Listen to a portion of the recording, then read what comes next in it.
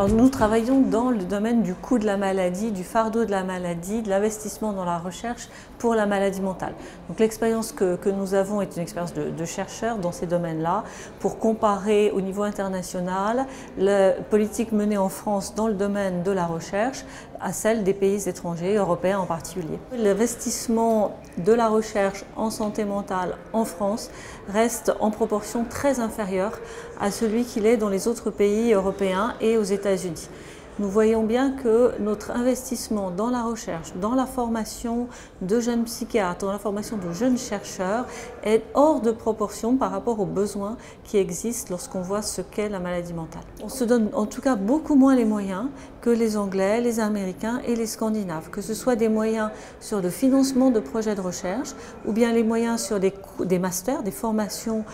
pour les jeunes étudiants ou bien des formations sur la promotion de médecins universitaires, hospitalo-universitaires en psychiatrie. Il n'y a pas de règle qui dirait que l'investissement en recherche, en formation dans une maladie donnée doivent être exactement proportionnels au fardeau de cette maladie ou au coût de cette maladie pour la société. Donc en revanche, lorsqu'on regarde les comparaisons internationales, on voit bien que les pays où ce fardeau a diminué,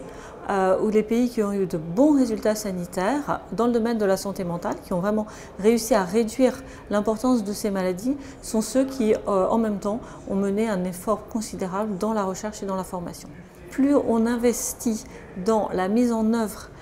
des résultats de la recherche, qu'il s'agisse de la recherche effectivement dans le domaine de la prévention, mais aussi dans le domaine de la bonne prise en charge des patients, plus on investit dans ces travaux-là, plus le rendement en termes à la fois de santé pour la population et de dépenses évitées pour le pays sera important.